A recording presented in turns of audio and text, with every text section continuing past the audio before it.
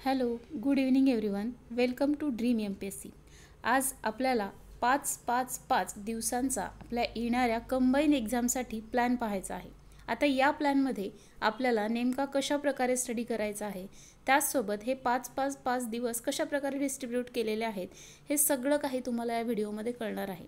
ज्यांचा already plan set आहे किंवा जे विद्यार्थी आपल्या मनाप्रमाणे प्लॅन करून अभ्यास करत आहेत, त्यांनी त्यांचा प्लॅन कंटिन्यू करावा. बऱ्याचशा विद्यार्थ्यांचे असे प्रश्न होते की शेवटच्या दिवसात काय वाचावं आणि नेमकं कसं वाचावं याचा कसलाही ताळमेळ लागत नाही आहे. सो त्यांच्यासाठी आपला हा प्लॅन असणार आहे.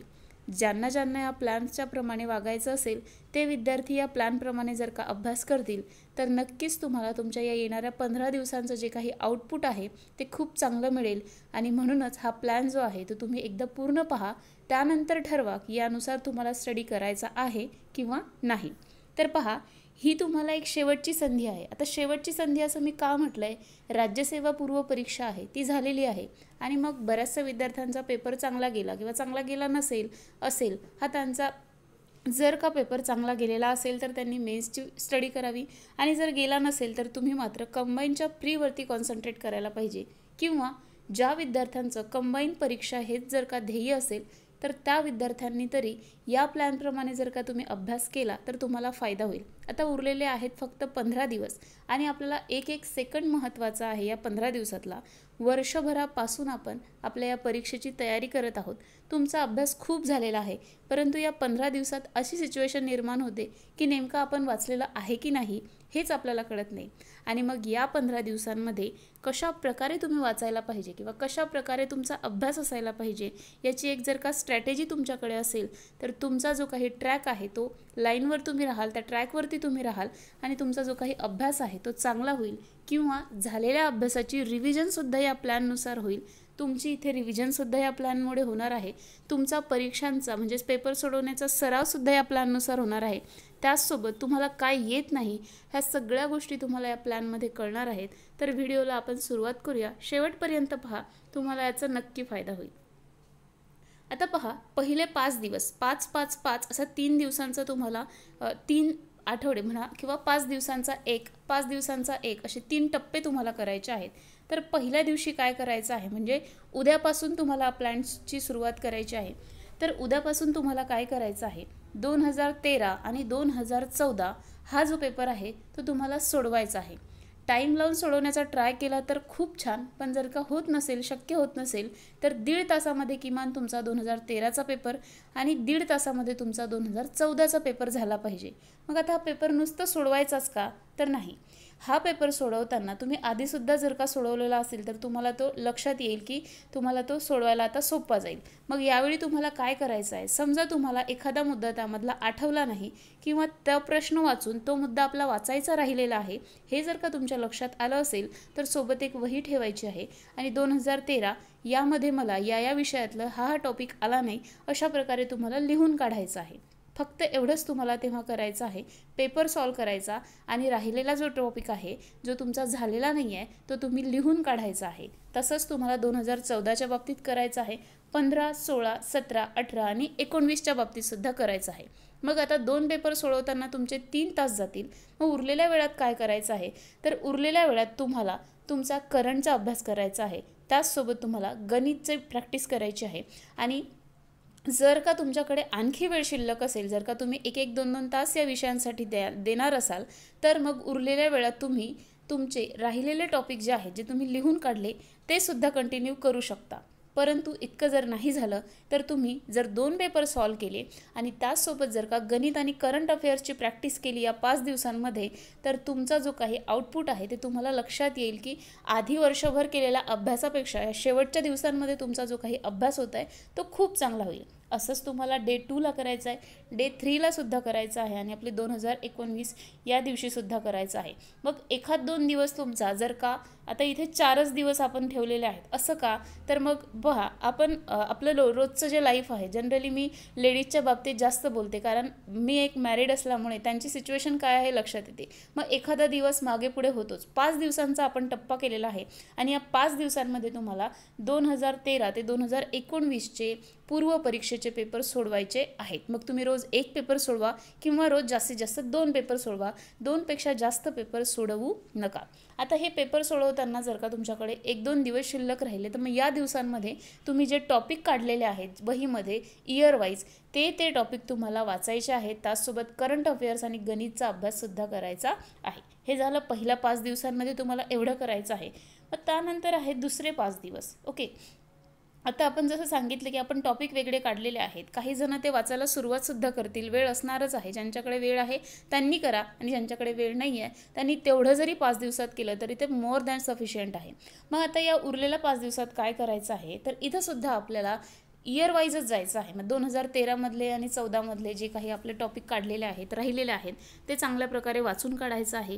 त्याचसोबत 15-16, 16-17, 17-18 आणि 19 अशा प्रकारे तुम्हाला करायचं आहे. ओके, सो अशा प्रकारे तुम्हाला ते टॉपिक तुमचे कंप्लीट करायचे आहेत. सोबत तुम्हाला रोज करायचा आहे गणित आणि करंट अफेअर्सचा अभ्यास. तो मी लिहिलेला नाही आहे कारण ते कन्सिडर करायचं आहे तुम्हाला, कारण ते काही एका दिवसात होणारं नाही आहे.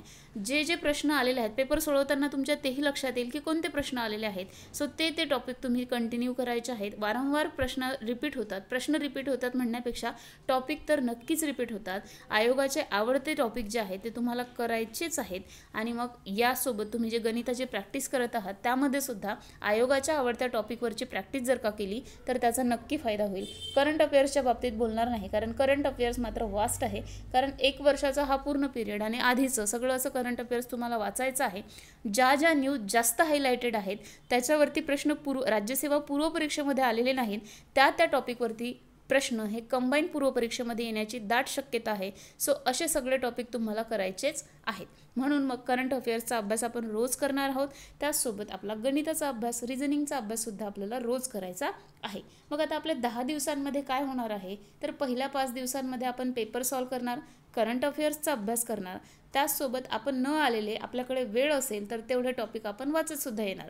पुढच्या 5 दिवसात परत पूर्ण टॉपिक वाचणार आणि आता पुढच्या 5 दिवसात आणखी काय करायचं आहे. असं आपला 10 दिवस म्हणजे 2 टप्पे आपले पूर्ण होतील. या 2 टप्प्यांमध्ये तुमचा एकदा प्रत्येक वर्षीचा पेपर सोडवून होईल. त्यानंतर दुसऱ्या 5 दिवसांमध्ये तुम्हाला प्रत्येक वर्षीच्या पेपरमधले न आलेले जे टॉपिक आहेत ते तुमचे वाचून होतील. म्हणजे तुम्हाला लक्षात येईल की तुम्ही काय काय वाचलं नव्हतं किंवा तुमचा अभ्यास झालेला आहे पण मला हे आठवत नव्हतं पेपर सॉल्व करताना. मग त्याच्यावरती तुमची परत रिव्हिजन होईल. पेपर 1 तासांमध्ये सॉल्व झाला नाही तर 1.5 तासामध्ये सॉल्व करायचा आहे आपल्याला पहिल्या टप्प्यात. पहिल्या 5 दिवसांमध्ये वेळेचं लिमिट आपण ठेवू नये कारण आपल्याला परत एकदा पेपर सॉल्व करायचे आहेत. मग असा आपला दुसरा टप्पा होईल. आता तिसऱ्या टप्प्यामध्ये आपल्याला पुन्हा एकदा पेपर आणि सॉल्व करायचे आहेत आणि हे पेपर फक्त आणि फक्त आयोगाचे असणार आहेत. कुठल्याही क्लासेसचे पेपर मी रेकमेंड करणार नाही कारण आपल्याला आयोगाचाच पेपर द्यायचा आहे. मग त्याची जी काही प्रश्नांची पद्धत आहे किंवा आयोगाची जशी प्रश्न विचारण्याची पद्धती आहे ती कितीही ट्राय केलं तरी कुठल्याही क्लासेसवाल्यांची येणार नाही. सो तुम्ही आयोगाचे पेपरच फक्त सॉल्व करा असा मी सल्ला देईल. इतर कुठल्या क्लासचे तुम्हाला करायचे असतील तर नो प्रॉब्लेम, ते सुद्धा करू शकता. परंतु आयोगाचे पेपर तुम्हाला जास्त हेल्पफुल ठरतील म्हणून आपण फक्त आयोगांच्या पेपरबद्दल बोलतोय. सो पुढच्या 5 दिवसांमध्ये सुद्धा तुम्हाला पेपर सॉल्व करायचे आहे. परंतु आता मात्र स्ट्रिक्टली तुम्हाला 1 तासामध्येच पेपर सॉल्व करायचा आहे. ही जी प्रॅक्टिस आहे ही खूप सिन्सिअरली करा.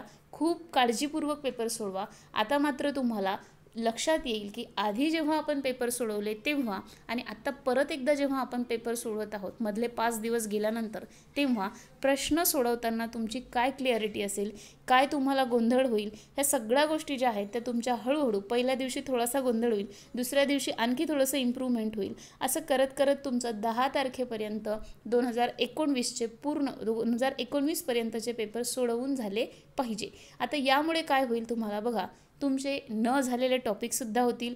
तुमचा 5-5 दिवस तुम्ही कंटिन्यू पेपर सोडवत असल्याने तुम्ही रुटीनमध्ये राहाल आणि डायरेक्ट 11 तारखेला जेव्हा तुम्ही पेपरला जाल तेव्हा मात्र तुम्हाला नवीन काहीही वाटणार नाही. तुम्ही आयोगाचे पेपर रोज देत असल्यामुळे तुम्हाला तो आयोगाचा पेपर जवळचा वाटेल म्हणण्यापेक्षा सोडवायला सोपी जाईल. टाईम मॅनेजमेंटची स्किल तुमच्यामध्ये आपोआप डेव्हलप होईल आणि त्याचसोबत तुमचे आयोगाचे सगळे जे काही इम्पॉर्टंट टॉपिक आहेत ते सुद्धा कवर होतील. मित्रांनो, हा प्लॅन जो आहे तो मी स्वतः बनवलेला आहे.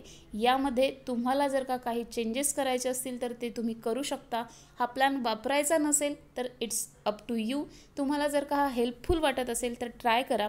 ज्यांचा काहीच म्हणजे अभ्यास झाला नाही असं त्यांना वाटतं, ॲक्च्युली तुमचा झालेला आहे, परंतु जर का असं वाटत असेल की माझा काहीही अभ्यास झाला नाही, मग मी काय करू नेमकं, असे बरेच जणांचे प्रश्न मेसेजेस आहेत की कळत नाही आहे आता कसं वाचायचं, कोणते टॉपिक वाचायचे. आपण मोस्ट इम्पॉर्टंट टॉपिकची सुद्धा लिस्ट बऱ्याचदा आपल्या ग्रुप्सवरती दिलेली आहे. ती हवी असेल तर तुम्ही मला मेसेज करू शकता. त्यानंतर तुम्हाला ती लिस्ट आम्ही पाठवू. त्या लिस्टप्रमाणे तुम्ही टॉपिक वाचू शकता, परंतु ते रँडम स्टडी होईल. त्यापेक्षा जर का आयोगाचा पेपर, त्यानंतर न आलेले टॉपिक, म्हणजे तुम्हाला न सोडवता आलेले प्रश्नांवरचे रिलेटेड टॉपिक हे सोडवले आणि परत एकदा जर का तुम्ही पेपर सॉल्व केला, तुमचे काय होईल तर तुम्हाला लक्षात येईल की तुम्ही जे आहे तुमचा स्कोअर जो आहे तो पहिल्या 5 दिवसांपेक्षा तिसऱ्या टप्प्यातल्या 5 दिवसांमध्ये हा वाढलेला असेल. हा सगळा जो काही प्रपंच आहे तो तुमची प्रॅक्टिस व्हावी, तुमचा जे मोस्ट इम्पॉर्टंट टॉपिक आहेत ते वाचून व्हावे, तुमचं वेळेचं जे काही गणित आहे ते बिघडू नये, तुमच्यावरती कुठलाही अभ्यासाचा स्ट्रेस येऊ नये, या सगळ्या दिवसांसाठी आहे. खरं तर खूप रिलॅक्स मोडमध्ये तुम्ही हे सगळं करू शकता. ज्या मॅरिड आहेत, ज्यांना लहान मुलं आहेत किंवा जे फक्त अभ्यास करत आहेत, त्या सगळ्यांसाठी हा प्लॅन सुटेबल असणार आहे. खूप सारे व्हिडिओज यूट्यूबवरती आहेत. बऱ्याच जणांनी आपापल्या स्ट्रॅटेजी सांगितल्या आहेत, पद्धती सांगितल्या आहेत, प्लॅन सांगितले आहेत. तुम्हाला जो काही प्लॅन ठीक वाटत असेल तो करा, कारण प्रत्येकजण काही ना काही विचार करूनच प्लॅन करत असतो. त्यामुळे तुम्हाला जो प्लॅन जास्त सुटेबल, जो प्लॅन जास्त चांगला वाटत असेल तो करा. हा प्लॅन जो आहे तो 25 तारखेपासून तुम्हाला सुरू करायचा आहे आणि तुम्हाला लक्षात येईल की 10 तारखेपर्यंत तुमचे पेपर जे आहेत ते 2-2दा सॉल्वसुद्धा होतील, तुमच्या टॉपिकची रिव्हिजनसुद्धा होईल, प्रश्न सोडवण्याची, पेपर सॉल्व करण्याची सुद्धा प्रॅक्टिस होईल. हा होता आपला प्लॅन. आता पहा, या सगळ्या गोष्टींमध्ये तुमचा जो काही फायदा आहे, मी तुम्हाला आताच सांगितलं की 2-2दा पेपर्सची प्रॅक्टिस होईल, इम्पॉर्टंट टॉपिक कव्हर होतील, तुम्ही योग्य ट्रॅकवरती राहाल, भरकटणार नाही. आयोगाचेच पेपर सोडवले असल्यामुळे 11 तारखेला पेपर देताना तुम्हाला काहीही वेगळं वाटणार नाही. 1 तासामध्ये पेपर कसा सोडवायचा किंवा 1 तास चटकन परीक्षा हॉलमध्ये भरकन कसा निघून जातो, हे सगळे प्रॉब्लेम्स आपल्याला फेस करावे लागतात. सो त्या सगळ्या गोष्टी तिथे होणार नाहीत आणि तुमचा पेपर तुम्हाला वेळेमध्ये सोडवता येईल. तुमचा स्कोअर वाढण्यासाठी या पद्धतीचा वापर होईल, खूप युजफुल ठरेल आणि म्हणूनच सांगते, आयोगाचे पेपर जे आहेत तेच सोडवा. त्याचप्रमाणे तुमचा अभ्यास जो आहे तो चालू राहिला पाहिजे. आता राज्यसेवा पूर्वपरीक्षेमध्ये जर का पाहिलं तर काही प्रश्नांची लांबी वाढलेली दिसते. जनरली राज्यघटनेच्या बाबतीत जर का बोललं तर आधी थोडेसे सोपे यायचे, असं सोपे नाही पण थोडेसे कमी लांबीचे प्रश्न यायचे, परंतु यावेळेस राज्यसेवेच्या पेपरमध्ये थोडेसे लांबीला जास्त असे प्रश्न आले होते. मग असे प्रश्न जर का आपल्याला कंबाईनमध्ये आले तर वेळ पुरणार नाही आणि त्यासाठी वेळेचं गणित जमणं खूप आवश्यक आहे. त्यामुळे तुम्हाला टाईम मॅनेजमेंट हे खूप महत्त्वाचं आहे आणि ते कुठेही शिकता येणार नाही, ते सरावाशिवाय तुम्हाला करताच येणार नाही. सो लक्षात घ्या, तुम्हाला फक्त आणि फक्त आयोगाचे पेपरच यापासून तारू शकतात.